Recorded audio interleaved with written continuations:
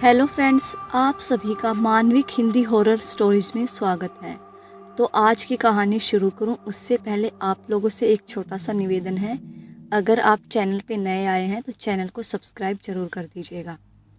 भैरवनाथ के साथ घर आने के बाद सेवड़ा अघोरी सबसे पहले देवा को ठिकाने लगाने की सोचने लग जाता है। भैरवनाथ देवा के साथ साथ सेवड़ा अघोरी को भी एक अलग कमरे में आराम करने की सलाह देकर गोरखनाथ के साथ दूसरे कमरे में आ जाता है। तूने सेवड़ा अघोरी को माफ क्यों किया और तो और उसे अपने साथ यहाँ भी ले आया? ये तेरे लिए बहुत खतरनाक साबित हो सकता है भैरवनाथ। मैं उसकी सारी हरकतें देख चुका हूँ। ये एक महाचालाक और धूर्त इंसान है। इसके द्वारा पकड़े गए भूत प्रेत भी इससे बहुत दुखी है। अघोरियों के नाम पर कलंक है ये आदमी। मैं जानता हूँ गोरखा, ये अघोरियों के नाम पर कलंक है। मुझसे तंत्र मंत्र का ज्ञान लेकर ये मुझसे ही छल कर रहा था। ये चालाकी से यहाँ से मेरी सारी लुटिया उठाकर ले गया। फिर भी मैंने इसे माफ़ इसलिए किया है और यहाँ इसे इसलिए लाया हूँ क्योंकि मैं देखना चाहता हूँ अब ये कौन सी नई चाल चलने वाला है। ये इस जन्म तो क्या, किसी जन्म में भी सुधरने वाला नहीं है। मतलब तू इसे यहाँ जानबूझकर लाया है भैरवनाथ? हाँ गोरखा, अब देख मैं क्या करता हूँ। चल फिर ठीक है, वरना मैं तो डर गया कि तू अब अच्छे और बुरे इंसानों में फर्क करना ही भूल गया है। अब मैं भी इस सेवड़ा को यमलोक भेज कर ही रहूँगा, क्योंकि इस धूर्त ने भूत प्रेतों तक को नहीं छोड़ा, उन्हें भूखा रखा। ये धूर्त है। देवा को थकान की वजह से बिस्तर पर लेटते ही नींद आ जाती है और नींद आते ही उसे स्वर्ग लोक जैसी सुंदर अप्सराएं दिखने लग जाती हैं। नींद में भी उसके चेहरे पर मुस्कान फैल जाती है और वो मुस्कुराता हुआ सपना देखने लग जाता है। सपने में वो एक अप्सरा मेनका का नृत्य देख रहा था, एक ऊंचे से सिंहासन पर बैठकर। उस अप्सरा ने नाभि दर्शना धोती जैसी पोशाक पहन रखी थी। उसके बदन पर हीरे मोती मन के सुशोभित हो रहे थे। उसके घुंघरालू बाल उसकी कमर जांग तक लहरा रहे थे। बालों की 2-3 घुंघराली लटें उसके गालों पर बल खा रही थी। उसके माथे पर चमकती चमकीली बिंदी से उसके चेहरे की चमक ऐसे बढ़ गई थी जैसे पूर्णिमा का चांद झील में अपनी चमक बिखेर रहा हो। वो पैरों में चांदी की पायल पहने छम छम नाच रही थी। उसका नृत्य देखने के लिए बहुत दूर दूर से राजा महाराजा आए हुए थे। वो उसके साथ अन्य सिंहासनों पर विराजमान थे। सभी उस अप्सरा मेनका का नृत्य मंत्रमुग्ध होकर देख रहे थे। तभी उस अप्सरा की पायल के घुंघरू नाचते नाचते टूट जाते हैं। सारे राजे महाराजे उसे नई पायल पहनाने के लिए उतावले हो जाते हैं। सभी नई कीमती पायल लेकर उसकी तरफ बढ़ने लग जाते हैं, पर वो किसी से पायल नहीं पहनती है। वो सिर्फ देवा की दी हुई पायल ही पहनती है। सपने में देवा अप्सरा मेनका को पायल पहनाकर फूला नहीं समाता है और वो उसके सामने शादी का प्रस्ताव रख देता है। वो जैसे ही उसके सामने शादी का प्रस्ताव रखता है, वो क्रोधित होकर वहां से चली जाती है। वहां मौजूद सारे लोग उसे खा जाने वाली नजरों से घूरने लग जाते हैं, जैसे उसने उसके सामने शादी का प्रस्ताव रखकर कोई बहुत बड़ा अपराध कर दिया हो। तभी उन राजे महाराजे और वहाँ मौजूद लोगों में से एक आदमी चिल्लाता हुआ उस पर एक पत्थर फेंकने लग जाता है। ये नगर वधू से शादी करेगा? वो हम सबकी वधू है, मारो इसे।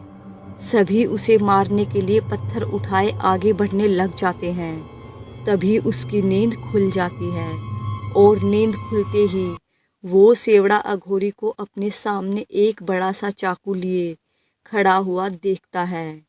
देवा सेवड़ा अघोरी को चाकू लिए अपने सामने खड़ा देखकर डर के मारे कांपने लग जाता है। सेवड़ा अघोरी कहता है, साले डरपोक, तू तो चाकू देखते ही डर के मारे कांपने लग गया रे। ये यक्षिणी साधना कैसे करता है तू?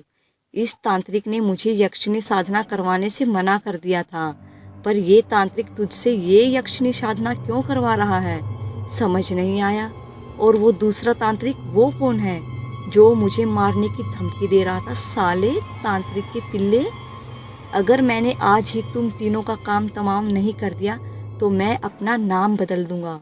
तेरे उस तांत्रिक गुरु ने मुझे माफ़ करके अपनी मौत को बुला लिया है, अब वो मारा जाएगा मेरे हाथों से। मैं बस इसी काम के लिए यहाँ आया हूँ। वैसे एक ज़माने में वो मेरा भी गुरु था, पर अब सिर्फ और सिर्फ मेरा दुश्मन है ये तांत्रिक। देवा चुपचाप कांपते कांपते उस सेवड़ा की बातें सुनता रहता है। वो मन ही मन अपने भोलेनाथ से इस अघोरी से बचा लेने की गुहार लगाने लग जाता है। कलुआ सेवड़ा को देवा के सामने चाकू लिया खड़ा देख जल्दी से भैरवनाथ और गोरखनाथ को बुला लाता है। दोनों भागते हुए वहां आते हैं और आते ही गोरखनाथ सेवड़ा के मुंह पर एक जोरदार लात जड़ देता है। अचानक से लात मुंह पर पड़ते ही सेवड़ा औंधे मुंह नीचे गिर जाता है। चाकू उसके हाथ से छूटकर दूर जा गिरता है। उन दोनों को अचानक वहां देखकर सेवड़ा हक्का बक्का सा रह गया। हरामी आ गया अपनी औकात पर। तू इस लड़के को मारेगा? मेरे रहते तू इसका बाल भी बांका नहीं कर सकता।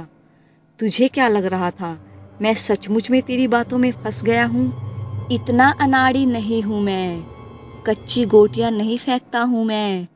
अरे मैं तो बस इसी इंतजार में था कि कब तू अपनी औकात दिखाए और कब मैं तुझे यमलोक की सैर करवाऊँ। इसे तो मैं मजा चखाऊंगा भैरवनाथ, अब तू बस इसे मेरे हवाले कर दे। ये ले तेरा शिकार गोरखा, इसे यमलोक की सैर करवा दे, अब जिससे ये अघोरियों का नाम बदनाम न कर सके। ये कहकर भैरवनाथ सेवड़ा को गोरखनाथ के कदमों की ओर धक्का दे देता है।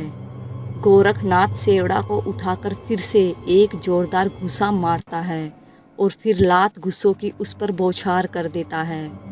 सेवड़ा भी पलटवार करने लग जाता है। गोरखनाथ सेवड़ा के पेट पर फिर से एक जोरदार लात मारता है। लात पड़ते ही सेवड़ा की चीख निकल जाती है और उसकी आंखें बाहर निकल जाती हैं। लेकिन चंद ही मिनटों में सेवड़ा फिर खड़ा हो जाता है और गोरखनाथ पर घूसों की बरसात कर देता है। देवा डरा सहमा सा चुपचाप उन दोनों की लड़ाई होते हुए देखता रहता है। दुष्ट, तूने अघोरियों का नाम मिट्टी में मिलाया है, ये बोलकर गोरखनाथ उसे ऐसा मारता है कि वो चारों खाने चित हो जाता है। सेवड़ा लहूलुहान गोरखनाथ के कदमों में पड़ा माफ़ी मांगने लग जाता है, पर गोरखनाथ उसे माफ़ नहीं करता है। लेकिन फिर भैरवनाथ को उस पर तरस आ जाता है। वो उसे माफ़ कर देता है और गोरखनाथ से भी जबरदस्ती उसे माफ़ी दिलवा देता है। गोरखनाथ जैसे ही उसे माफ़ कर छोड़ता है, सेवड़ा मौका पाकर वहाँ पड़ा चाकू उठा लेता है और भैरवनाथ की पीठ में घोंपने लग जाता है। पर तभी अंगिया बेताल वहाँ आ जाता है और भैरवनाथ को दूर धकेलकर भैरवनाथ की जान बचा लेता है और वो उसी चाकू को मरोड़कर सेवड़ा अघोरी की छाती में घुसा देता है। सेवड़ा अघोरी देखता रह जाता है कैसे उसी के बेताल ने उसकी जान ले ली। चाकू सीने में घुसने से वहाँ खून का फवारा फूट पड़ता है। थोड़ी देर तड़पने के बाद सेवड़ा अघोरी दम तोड़ देता है। गोरखनाथ भैरवनाथ को सीने से लगा लेता है और अंगिया बेताल का धन्यवाद करता है। अंगिया बेताल जो किसी समय सेवड़ा अघोरी के लिए काम करता था, वही उसकी जान ले लेता है, क्योंकि सेवड़ा अघोरी ने उसे कभी भी उसका भोग समय पर और ठीक से नहीं दिया था। भैरवनाथ ने भी उस अंगिया बेताल को सिद्ध कर लिया था। वो उसे हमेशा समय पर और उचित भोग देता था, जिससे अंगिया बेताल भैरवनाथ से खुश रहता था और उसके सारे काम करता था। उसी ने उसकी जान भी बचाई। अच्छाई का फल हमेशा अच्छा ही होता है और बुराई का फल हमेशा बुरा ही होता है। हेलो दोस्तों, प्लीज़ आप लोगों से हाथ जोड़कर रिक्वेस्ट है कि चैनल को बिना सब्सक्राइब किए मत जाइएगा। मुझे पता है कि कहानी बहुत ही ज़्यादा अच्छी है और आप लोगों को अच्छी लग रही है,